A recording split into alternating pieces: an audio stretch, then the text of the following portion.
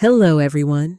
I'm Eleanor, and I never imagined that at 62 years old, I'd be kicked out of my own daughter's home, standing on a cold sidewalk with just two suitcases and a broken heart.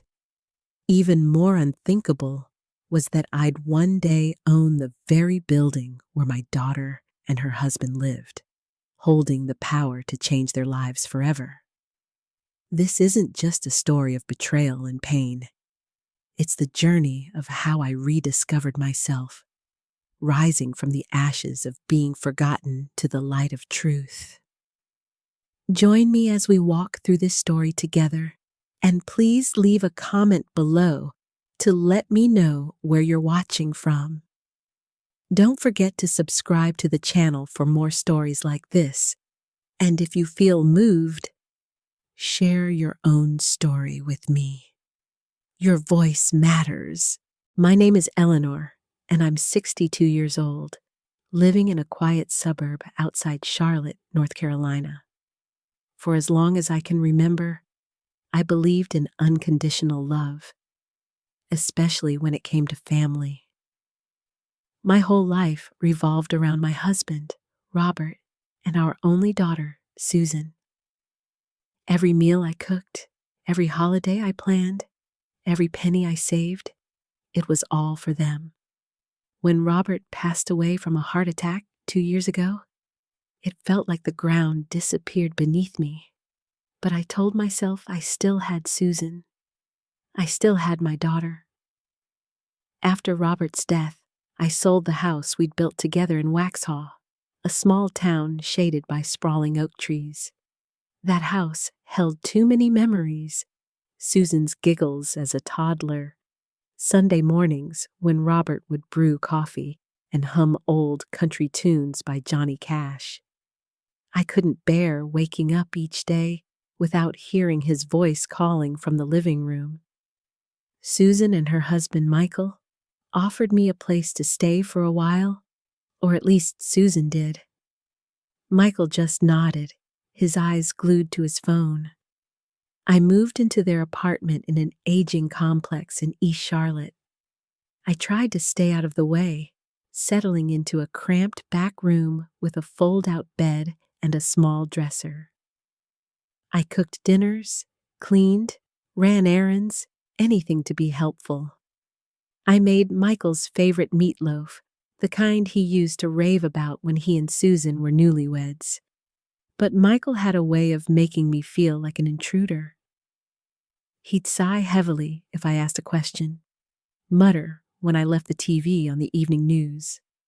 Once, as he passed me in the hall, I heard him whisper, "Mooch," under his breath.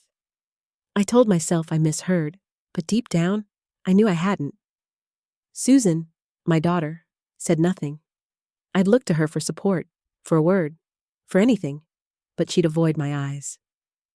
"Michael's stressed," she'd say. "Work's been tough." I swallowed the shame and stayed quiet. That's what mothers do, isn't it? We endure for our children. But then came the night that broke me. We were at the dinner table. I'd made meatloaf, Michael's favorite, hoping for a peaceful evening.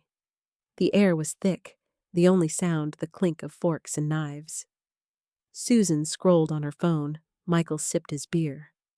Out of nowhere, Michael looked up, his voice cold as ice. "Eleanor, we need to stop pretending this is temporary. We're not a charity." I froze, my fork hovering midair. "What do you mean?" I asked, my voice trembling. He smirked. "I mean, you're not working, you're not contributing. We've got bills, our own lives. We didn't sign up to feed an extra mouth." My heart pounded as I turned to Susan, desperate for her to say something. But she just stared at her plate, mumbling, "Maybe it's best if you find somewhere more stable. For everyone's sake. For everyone's sake." Those words cut deeper than any knife. I didn't yell, didn't argue. I stood, walked to my room, and packed my things into 2 suitcases, all that remained of my life. I didn't cry, not then. The tears came later, standing outside their building, the October wind biting through my thin coat, realizing I had nowhere to go. Susan didn't walk me out. Michael didn't even pretend to care. I sat on the curb for over an hour, my phone dead, my heart emptier than ever. I remember thinking, this is what it feels like to be erased. That night, I checked into a cheap motel off Tryon Street, the kind where the walls smelled of stale cigarettes and the vending machines swallowed your quarters.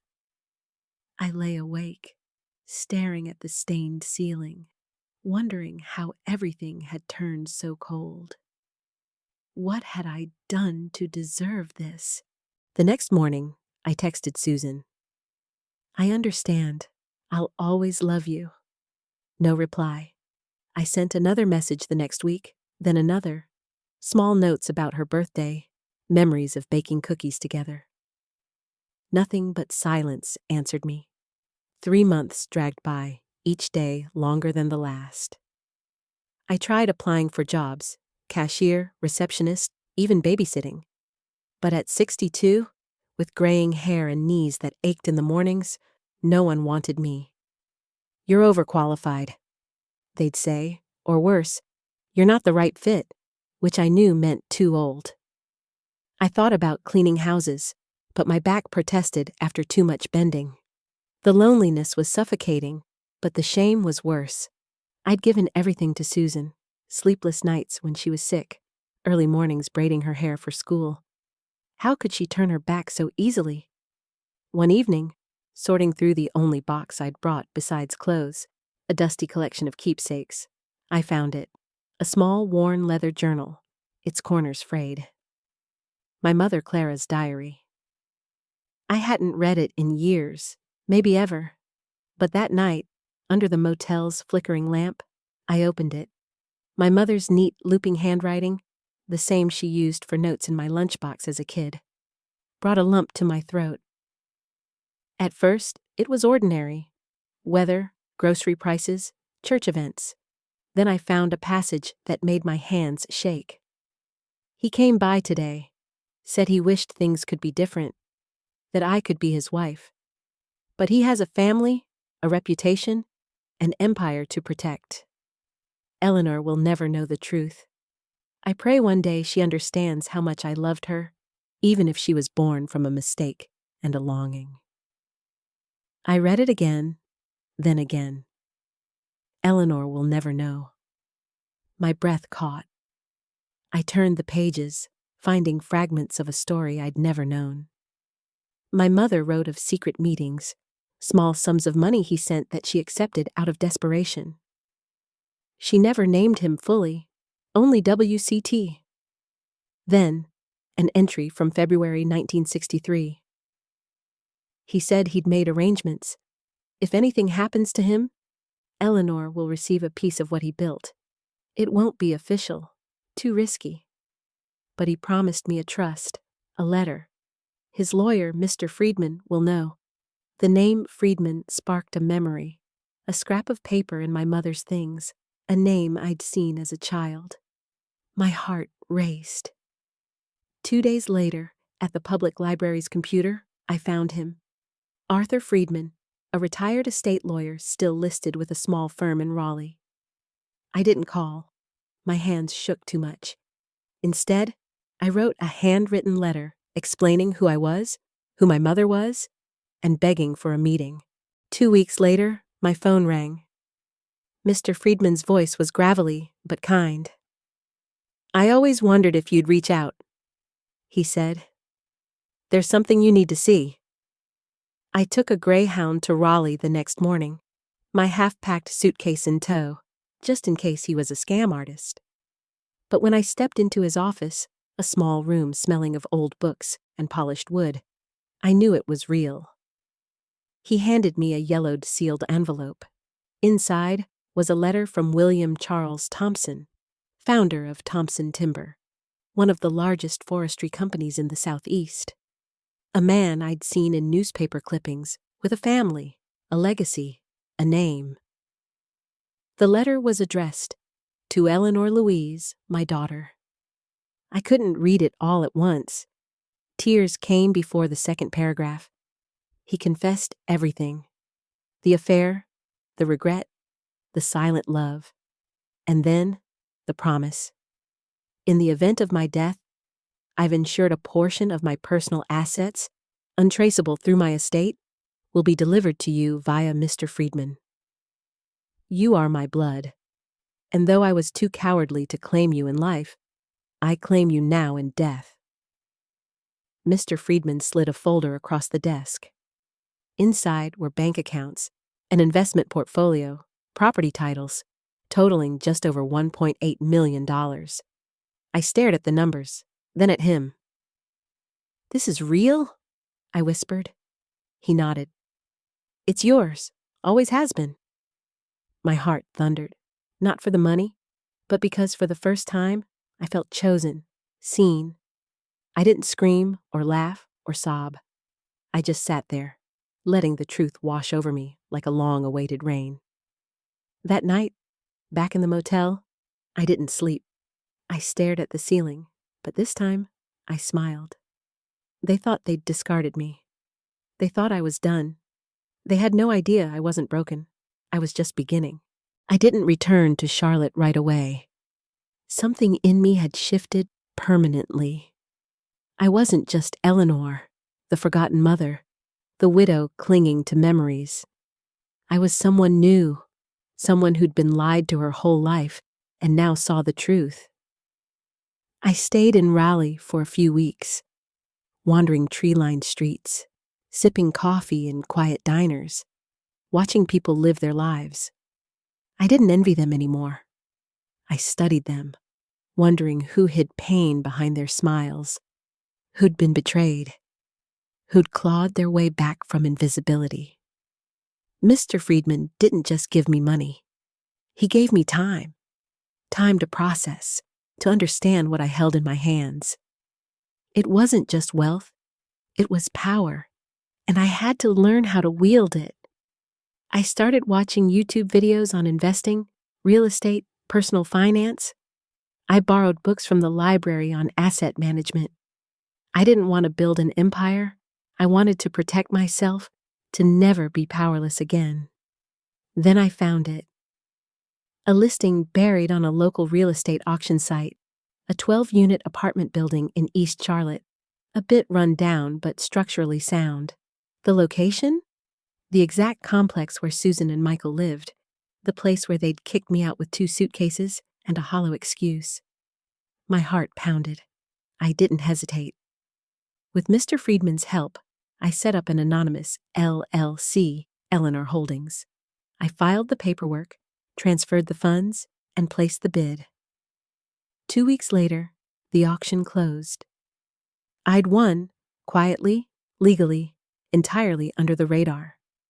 I owned the building where they lived, the place where they'd humiliated me in my lowest moment. I sat in my rented apartment, staring at the deed, and whispered, "Let's see how Michael likes paying rent to the burden he didn't want to feed." A month later, letters went out to all tenants. Rents would be reassessed, lease terms reviewed. For Susan and Michael, the new rent was triple, not double, triple, the market rate, plus overdue fees. I could imagine Michael exploding, and I didn't need to be there to feel his rage from miles away. But this wasn't about money. It was about dignity. Michael was a man who needed to feel in control, and I'd just pulled the rug out from under him, silently. Susan called me 2 days after the notice, the first time she'd reached out since I left. I let it go to voicemail. "Mom, I don't know if you'll hear this, but something weird's going on. Our rent just skyrocketed. Michael's losing it. I need to talk." I didn't respond. This wasn't vengeance. It was gravity. They needed to feel the weight of their choices. I drove by the building once, late at night. Their apartment lights were on, shadows moving behind the curtains. Susan pacing, Michael yelling, his silhouette unmistakable. I watched for a minute, then drove away. Part of me felt hollow. Part of me felt vindicated. and part of me still ached. Because even now, knowing what I knew, holding what I held, I'd have given anything to be welcomed back. Not to their apartment, but to my daughter's heart. But I knew that wasn't possible. Not yet. So I stayed silent, and I waited. I didn't realize how much I'd changed until I saw Susan at the grocery store, weeks after the rent increase. She didn't see me. I was 2 aisles over, hidden behind a rack of discounted bread. She looked exhausted, not just tired, but worn down. Her hair was tied back sloppily, her eyes puffy from crying. Her cart was nearly empty. Rice, eggs, a few off-brand cans. I should have walked away, but I couldn't. I followed her at a distance, my heart pounding like I was doing something wrong. She paused at a box of macaroni, checked the price, then glanced at her phone. Maybe a text from Michael. Her shoulders sank, and she put the box back.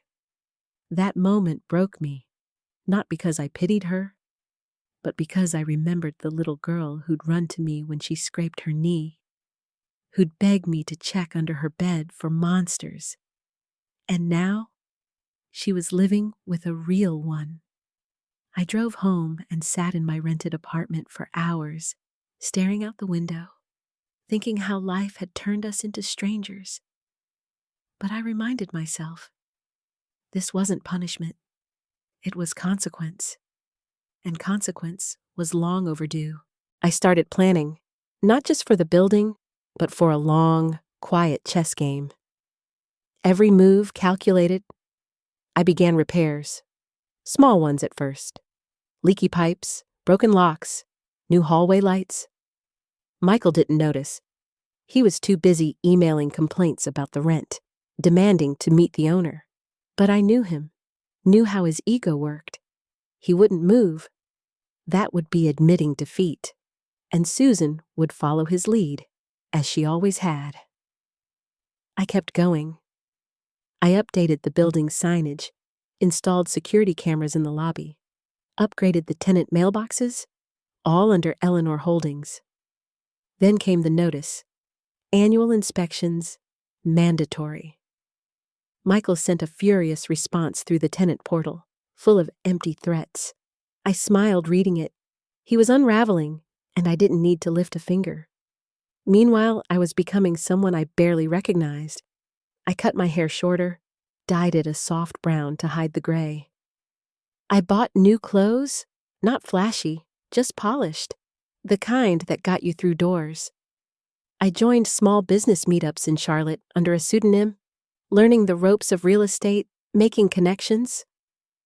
No one asked about my past. They saw a quiet, sharp-eyed woman with cash in hand. The best disguise is the truth you don't speak. One morning, I passed Susan and Michael in the building's parking lot after a tenant meeting. I wore sunglasses, my hair tucked into a neat bun, documents in hand. Susan glanced at me, but didn't recognize me. Michael didn't even look. That night, I sat in my living room, sipping chamomile tea, thinking how strange it felt to walk past your own child and be invisible. Not because you're weak, but because you're stronger than they remember. Susan's calls continued, soft, hesitant voicemails. "Mom, just wanted to see if you had time to talk. Things are complicated." I didn't return them, not out of cruelty, but because I needed her to feel the void she'd created. And whenever doubt crept in, I opened my mother's diary, reading those words again. Eleanor will never know. She must never know. But I knew now, and with that knowledge came armor no one could pierce. I always believed revenge wasn't about getting even. It was about balance, justice without fire, a correction, not a war. But when I read Michael's email after the rent increase notice, I'll admit a flicker of satisfaction sparked inside me. Subject, rent increase, unacceptable. This is a mistake. Tripling our rent? That's extortion. I demand to speak to the owner immediately. We've lived here 4 years, never late once. This is robbery. He signed it Michael T. Bennett, like his name carried weight.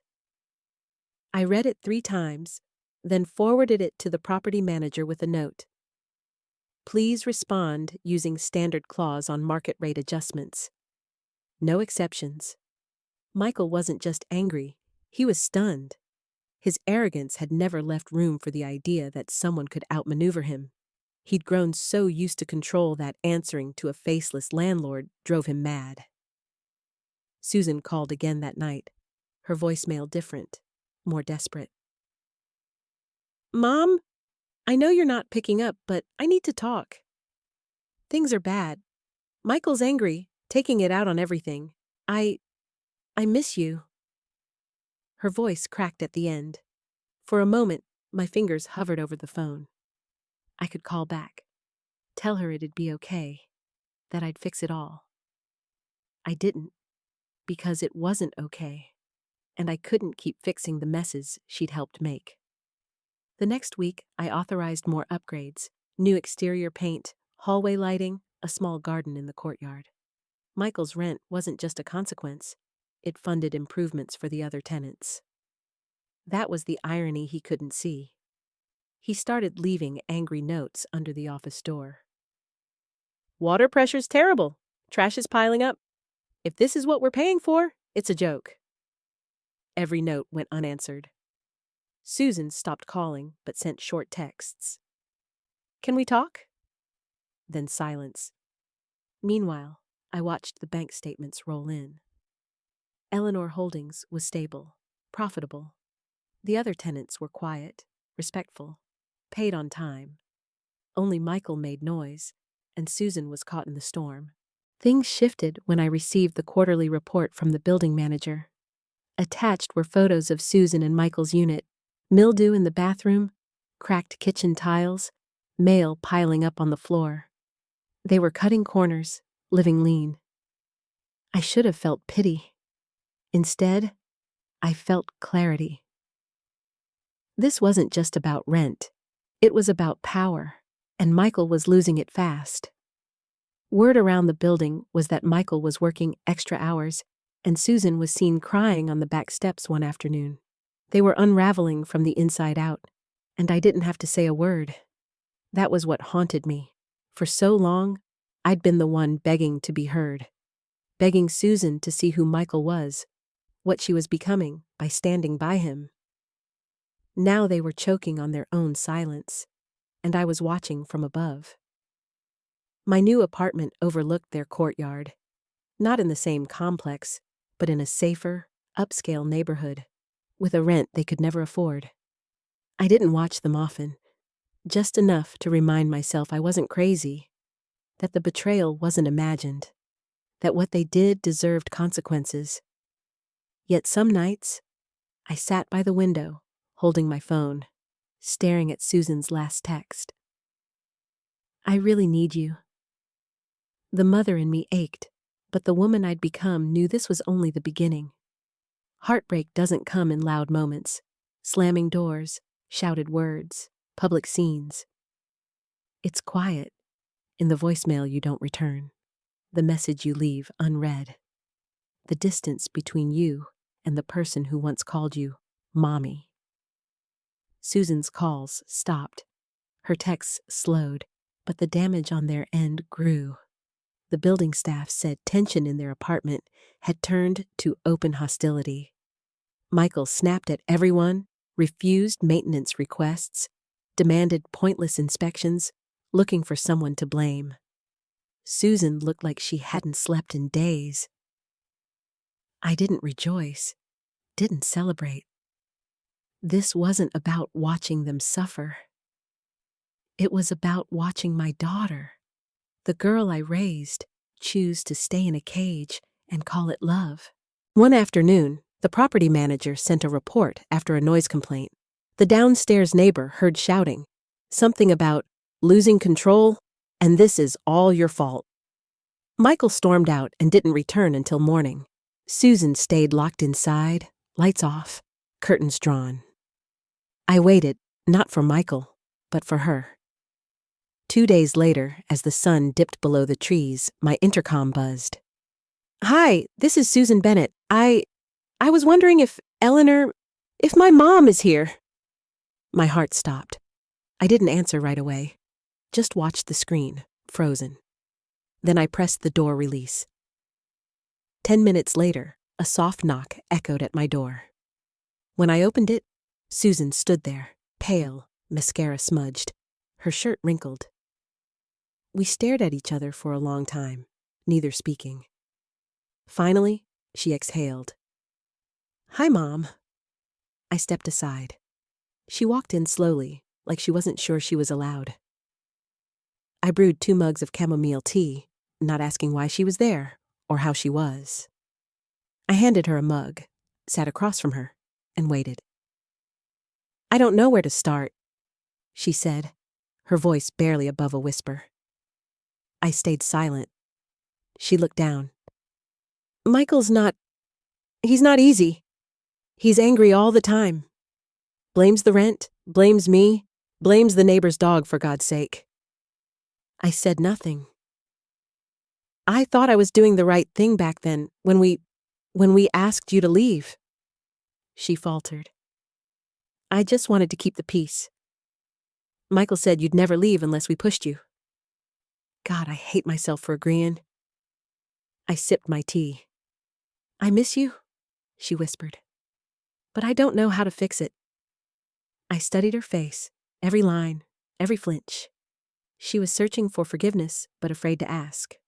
So I gave her the only thing I could: silence. We sat like that for nearly 2 hours. She didn't ask for money or help. She just wanted to be near me, and I let her. When she stood to leave, she touched my hand. "I'm sorry," she said, "for everything." I didn't say it back. I just held her hand a little longer. She pulled away, eyes welling, and left. I didn't cry, but when the door clicked shut, I sank into my chair, clutching her warm mug like a lifeline. Real power doesn't need to shout. You don't slam doors or yell threats. You pull a string here, close a door there, and watch those who underestimated you squirm. And Michael was squirming. After Susan's visit, things darkened in their apartment. Maintenance staff said Michael was unhinged, storming to the management office twice a week, demanding to know who owned the building. He wanted a name, a face, someone to blame. Not having one made him spiral. He started digging. I knew he would. Michael was controlling, checking Susan's phone, her receipts, commenting on how long her errands took. He tried tracing Eleanor Holdings, but my lawyer had filed everything through a privacy trust. No names, no leads.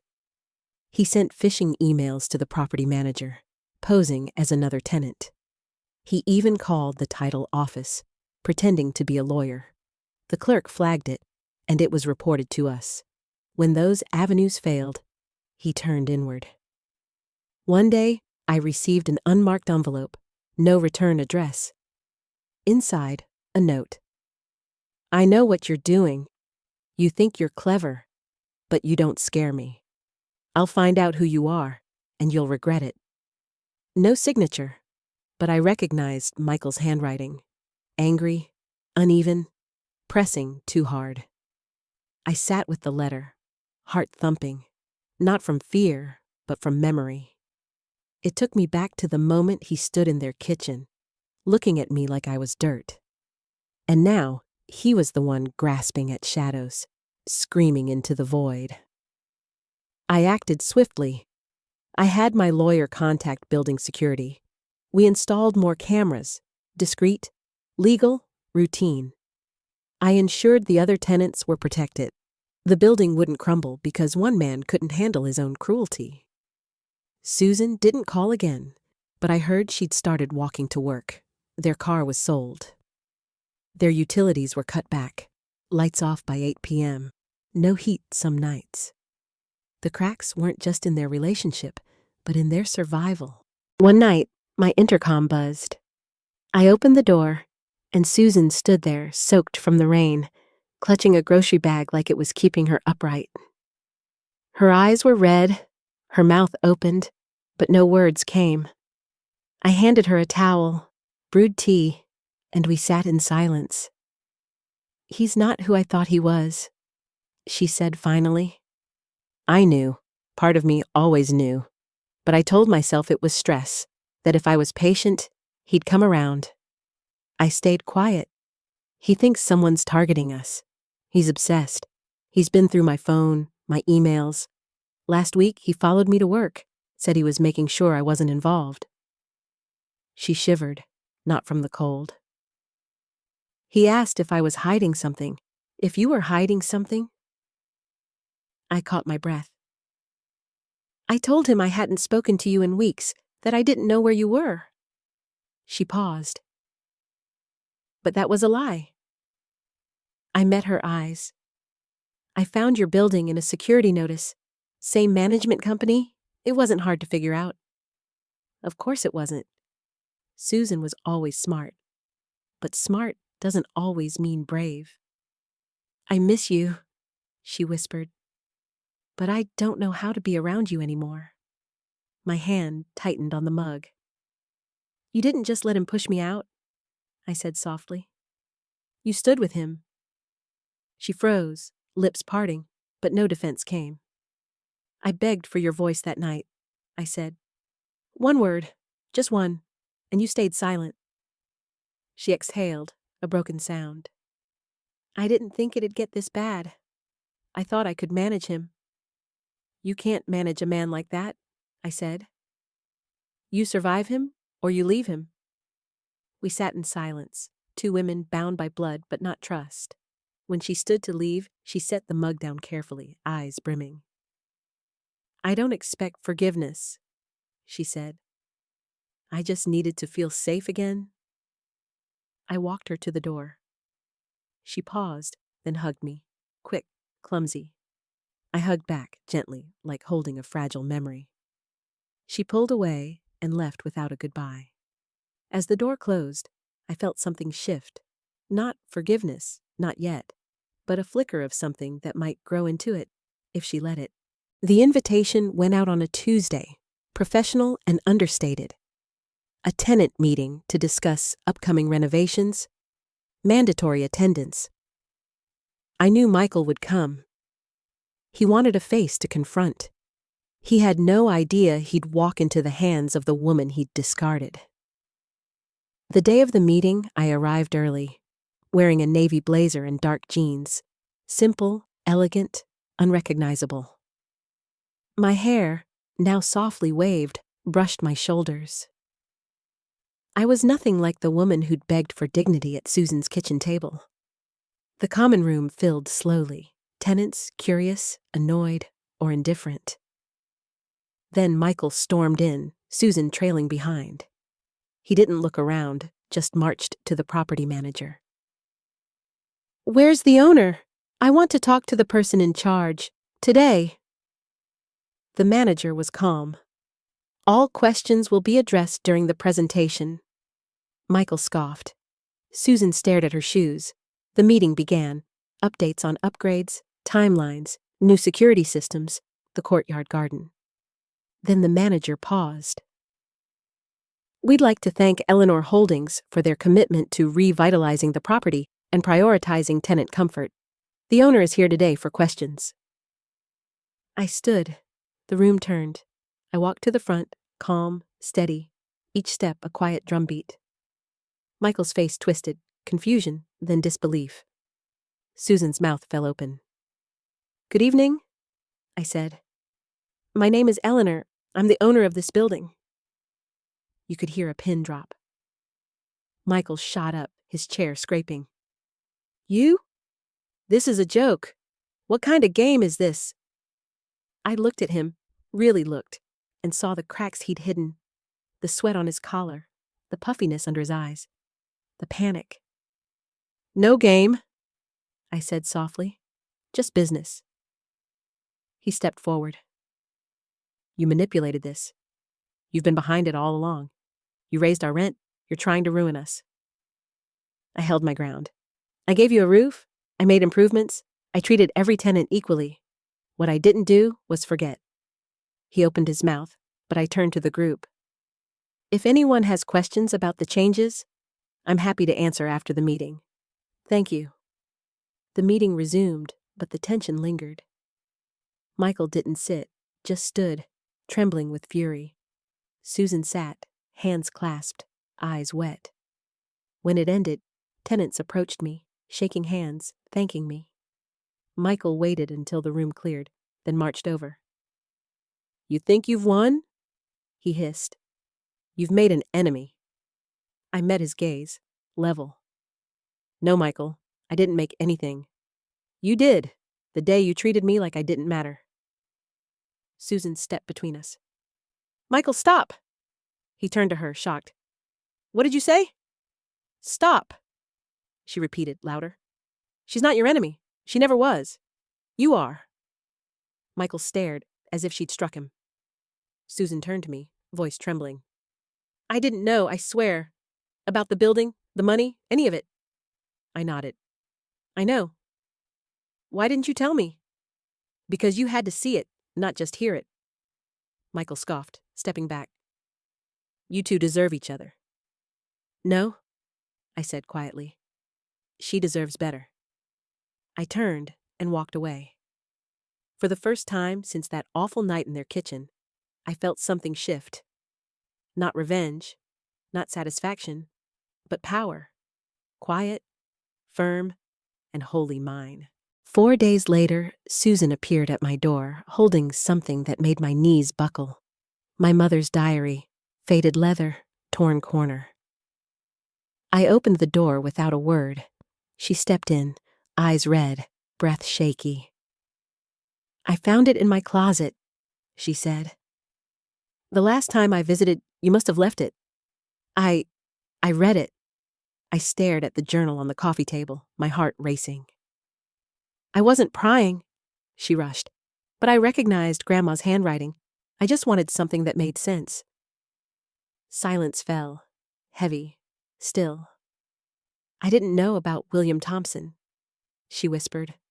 The money, the trust, any of it. I nodded slowly. Neither did I. Not until I had nothing left to lose. Her voice broke. Mom, why didn't you tell me? Why let me think you were helpless? I met her eyes, and she didn't look away. Because I was helpless, Susan. The night you shut the door on me, I had no plan, no money, not even a place to cry without someone knocking to tell me to quiet down. She winced. I found the diary at my lowest, I said. Counting coins for dinner, not speaking to anyone for a week. That diary didn't just tell me who I was. It reminded me I mattered. My mother didn't just love me. She fought for me, silently, never able to show it. Susan sat, hands clenched. I don't know how I became the daughter who could do that to you. I keep asking myself, over and over. I walked to the window, gazing at the quiet street. You didn't become her all at once, I said. It was small choices, letting things slide, choosing peace over truth, believing love meant loyalty, even when it hurt. She stood, stepping closer. I left him, she said, voice steady. He went through my things again, laptop, bag. I said no, that was it. He yelled, slammed the door, and left. I changed the locks the next day. I turned, stunned. I don't know who I am without him, she admitted, voice trembling. But I'd rather find out than keep fading away. Silence settled, thick but not painful. She looked at the diary. You didn't deserve what I did, what we did. I can't fix it, but I want to try. I sat beside her. I used to dream of hearing those words, I said, but now they don't fix the past. They rewrite it. She looked confused. You see me now? I said. That changes everything. We sat together, the silence no longer hurting, but healing. Before she left, Susan paused at the door. You didn't raise me to be weak, she said. I just forgot how strong you were. I smiled softly. No, you didn't forget. You just stopped looking. When Michael's email arrived, I almost didn't open it. The subject, "We need to talk now," made my stomach churn. His words were sharp, frantic. I know everything about the building, the inheritance, your little secret with Thompson. You think you're clever, ruining my life and walking away smiling? Let me be clear. If you don't stop, I'll go to the press. Your name, your mother's scandal, everything. Let's see how your reputation holds up when the world knows what kind of family you come from. I stared at the screen, unafraid. I'd planned for this since the day I bought the building. I forwarded the email to my attorney. By morning, Michael received a cease and desist letter with records of his threatening messages, falsified documents, tenant complaints, even audio of his rants in the building's public spaces. One defamation suit was enough. He panicked, and I knew it. Susan called 2 days later. "He's gone," she said, voice shaking. "Left while I was at work. Said you ruined his life." "He ruined his own," I said. "I'm sorry," she said. "Forever, for thinking he deserved my silence." "You were scared," I replied. "I've been there. Fear makes you small, but you don't have to stay that way." Michael tried to retaliate, posting vague rants online about corruption and betrayal. He never named names. He couldn't, not after my attorney's second letter. He went quiet, at least publicly. Privately, I knew he'd never forget the day he realized the woman he kicked out now owned the roof over his head, the lease in his name, the keys to every door he'd slammed in my face. Susan transformed. She moved out within a month, renting a small studio near her job. She started therapy, joined a community art class, even painted me an oak tree, deep roots, branches reaching high. I hung it in my living room. We talked more, not daily, but when we did, it was real, honest. The final piece came in an envelope from Mr. Friedman. "Congratulations, Eleanor. The building is fully transferred. The lawsuit against Mr. Bennett is resolved in your favor. You're free to sell, hold, or restructure as you see fit." I folded the letter, held it to my chest. This wasn't about money or property. It was about truth, reclaiming my name, my story, my strength. I sold the building in the fall, the paperwork signed on a clear Tuesday. No fanfare, just the click of a pen and a firm handshake. The money hit my account the next day, but I didn't celebrate. Instead, I wrote a check, half the proceeds to a Charlotte shelter for women and children in crisis. I asked them to build a wing called Clara's Haven, honoring my mother, who gave me strength in silence, who hid a lifetime of secrets so I could find the truth. The other half bought a small house in Waxhaw, on the street where I grew up. Not extravagant, just a 2-bedroom with oak trees out front and a porch swing. The day I moved in, Susan helped carry boxes. We didn't talk much, but when we finished, she sat beside me on the swing, looking out at the street. "I remember riding my bike here," she said, "before everything got complicated." I nodded.